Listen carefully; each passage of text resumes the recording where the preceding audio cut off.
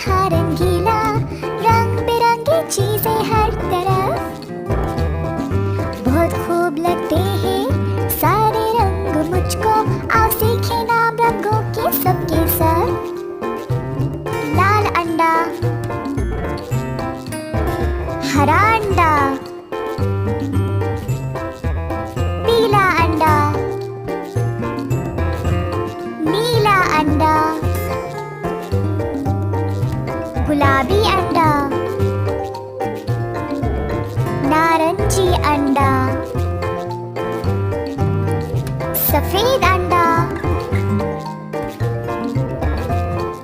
काला अंडा, भूरा अंडा, जामुनी अंडा, चांदी अंडा, सुनहरा अंडा, सुरमई अंडा। आओ बच्चों हम देखें ये जहाँ रंगीला, रंग बिरंगी चीजें हर तरफ।